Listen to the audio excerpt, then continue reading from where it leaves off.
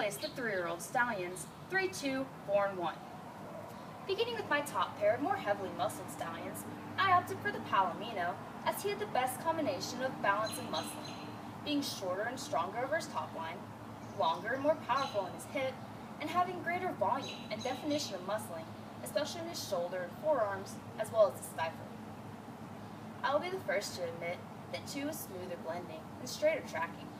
However, the Palomino was more attractive and refined about his head, being wider from eye to eye and shorter from eye to muzzle, therefore keeping him at the top of today's class. Even so, in my intermediate pair, I placed 2 over 4. 2 is a more balanced and heavily muscle gelding, being smoother blending and standing on a straighter column of bone. Furthermore, he was wider than the floor of his chest, and though it should be noted that 2 was square in his hindquarters and had an appropriate set to his hock, he was bench-kneed and poor structure in his front legs, so he must remain third. Still, in my concluding pair, I placed 4 over 2. 4 was cleaner and higher tying in his neck,